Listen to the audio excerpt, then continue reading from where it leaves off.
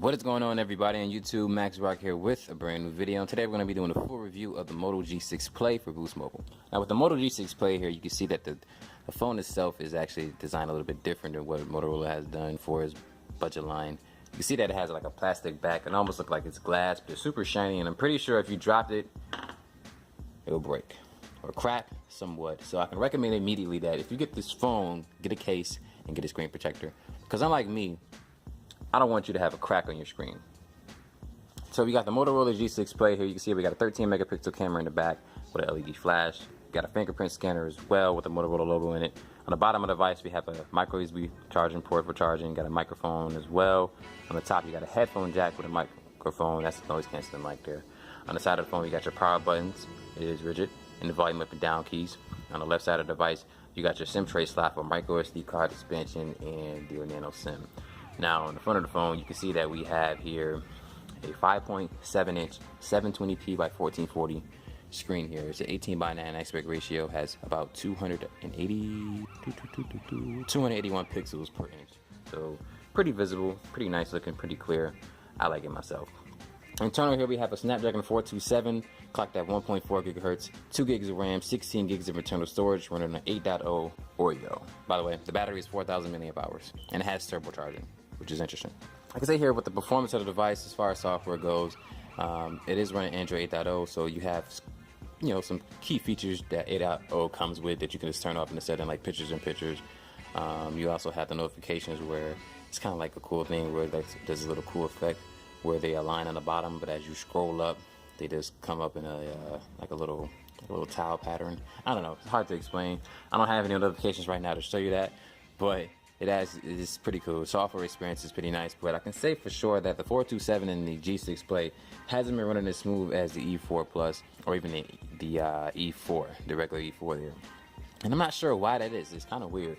But maybe it's just my experience, and it has slowed down a little bit, being that I took the micro SD card off the phone because the adaptable storage seems like it was slowing the phone down. Now, as far as the battery performance in this phone, so you can get about 6 to 7 hours of screen on time depending on your usage, screen brightness, Bluetooth being on, location being on, whatnot, how many pictures you're taking. You can definitely get up to 6 to 7 hours of on-screen time with this device here. And keep in mind that you also have turbocharging. So if you have a quick charging phone or quick charging brick laying around, you can charge this phone up fairly quickly. And that's a nice feature to have just in case you absolutely need it. The other things we can talk about here is the cameras on the device. Now the back camera is a 13 megapixel and the front camera is a 5 megapixel. So as far as the selfie game, you're going to be on point with this one here. It does take nice video, it does take nice selfies. As long as you got some good lighting, you're going to be perfectly fine. On the back of the phone here, you got a 13 megapixel camera, like I said. It takes nice pictures as well. It just depends on your lighting. Be careful because overexposure is present in this camera here. What camera doesn't have it, but this one is like really bad. And you'll see that in my camera video. So if you want to check that out, go ahead and do so. Video's pretty good. It picks up audio pretty good as well. We have a speaker here on the front of the device. You can see it's like almost hiding, but it's not really hiding. It's on the top of the phone here, and audio does play extremely loud on the device. Let me go ahead and pull up a video on my channel to show you guys. Mobile, boom, LTE on the device. And so with this phone here, you see it has 1899 aspect ratio, so if you want to zoom in, just zoom in and take the whole entire screen.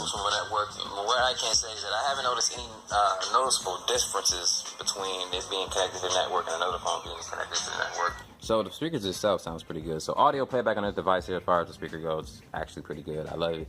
The fact that it's on the front pretty much makes up everything. It could be a speaker that doesn't sound the best, but if it's on the front of the phone, I can probably give it a pass because at least it won't be hard for me to actually hear anything. I won't cover up anything accidentally with my hand. That kind of stuff really does matter, especially if you're a person that consumes a lot of media as far as audio goes, podcasts, playing music. It does have the Dolby Atmos here, so Dolby Audio. And a couple key features that it has as well, being that it's a Motorola device. I'm a Motorola guy, in case you didn't know. You have that chop action. So basically you chop the phone and you activate the flashlight, and if you turn the phone like this here, let me see if I can do it, you activate the camera here like a twist action. That's one of the coolest things about Motorola phones here. As far as those key features, I think that's kind of cool to have it on the G6 Play. It actually makes it a very unique device, being that it's under $100 when I bought it, and it has those features. So shout out to Motorola for doing that. Call quality, everything like that. As far as network connectivity, so I have it on Boost Mobile right now. Getting calls and everything has been a breeze. Only thing I don't like about the Boost Mobile service, one of the main things, that it has not so good upload speeds, and you can't use the data while you're on the phone. well, at least for this phone here, you can't do it. TuTu benchmark and Geekbench score. So I got a Geekbench score in this device, and it has the Snapdragon 427. So if you know anything about mobile devices and how similar they are, if it has the same processor, usually it's going to have the same type of numbers. So I got a 652 for the Singapore, which is basically on the lines of what a 427 can do, and an 1808 for the multi-core score. Pretty much what I expect. And for the TuTu benchmark score, I got a 42,000, I think it's 9 something. Yeah, 42,932. So basically, along the lines of what a 427 usually does, like in my E4 and E4 Plus. Keep in mind that these tests don't usually mean anything. They're just a way to show which phone has the higher numbers. Don't mean anything at all if you ask me. What matters is the actual everyday performance of the device. Isn't that wallpaper sick, y'all?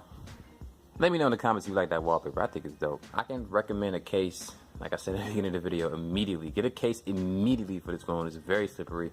It is easy to grip in the hand, but once you lose slight grip, you won't even realize it. You be talking or something, and then next thing you know, the phone just goes sliding out your hand. And it doesn't land on the pillow. Trust me. The device has a surprise feature, which I already mentioned. It has turbocharge.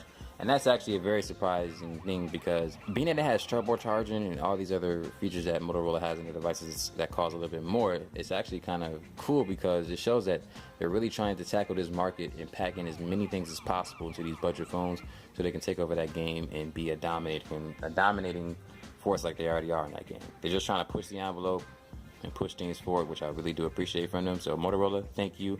I'm going to continue to be the Motorola guy.